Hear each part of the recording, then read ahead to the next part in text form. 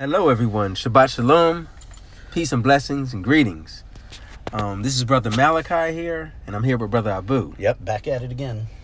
And in this video, we're going to briefly discuss the story of the witch of Endor, bringing up the prophet Samuel in 1 Samuel 28.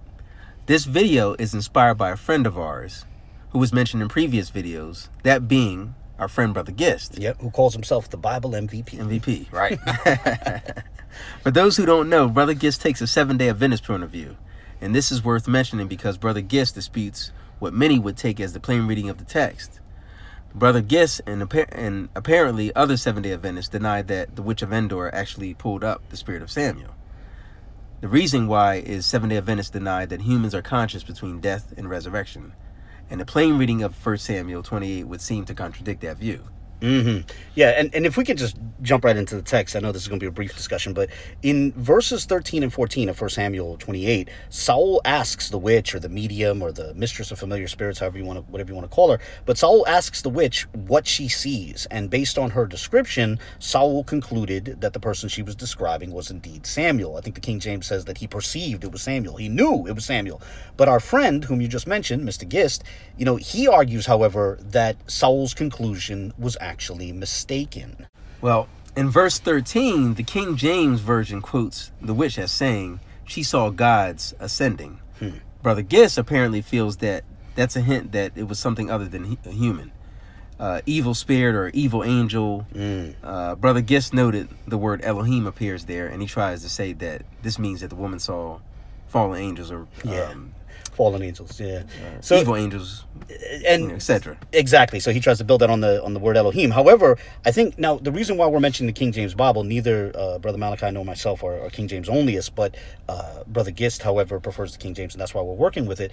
And I think it should be noted that even the King James Bible acknowledges that the word Elohim can be used to refer to human judges, right? For example, if you turn to Exodus 22:8, when it says in the Hebrew text, Nikra Ba'al Habayit El HaElohim, which means the master of the house is brought or was brought to the Elohim, the King James Version renders it, the master of the house shall be brought unto the judges.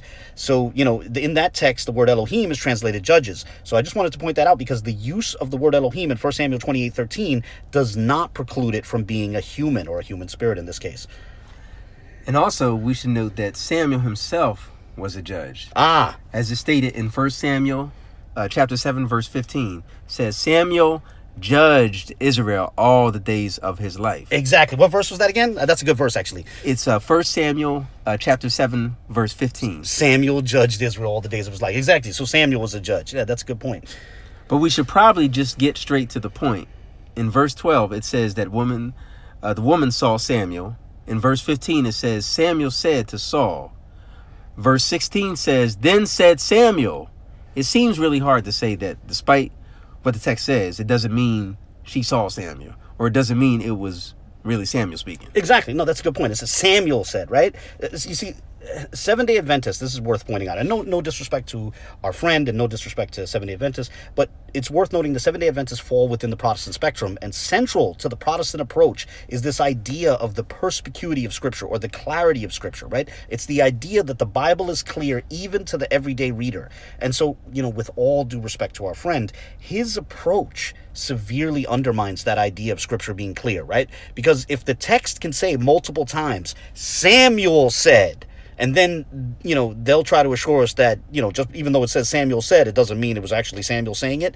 Like, when they take that approach, it begs the question, or raises the question, in what sense is Scripture clear, right? This approach, it sort of undermines the idea of the clarity of Scripture. Right, exactly. They start with the philosophical position, which rejects the possibility of a human being conscious between death and resurrection. And then they try to bend the text, to that assumption. But it would be easier if they just did a plain reading of the text, include that it was Samuel speaking after death. But for right now, we'll stop this short discussion right here, but we're going to have other videos in the near future, which will look at other videos related to the discussions about the biblical view of the state of the dead. Stay tuned. God bless and shalom.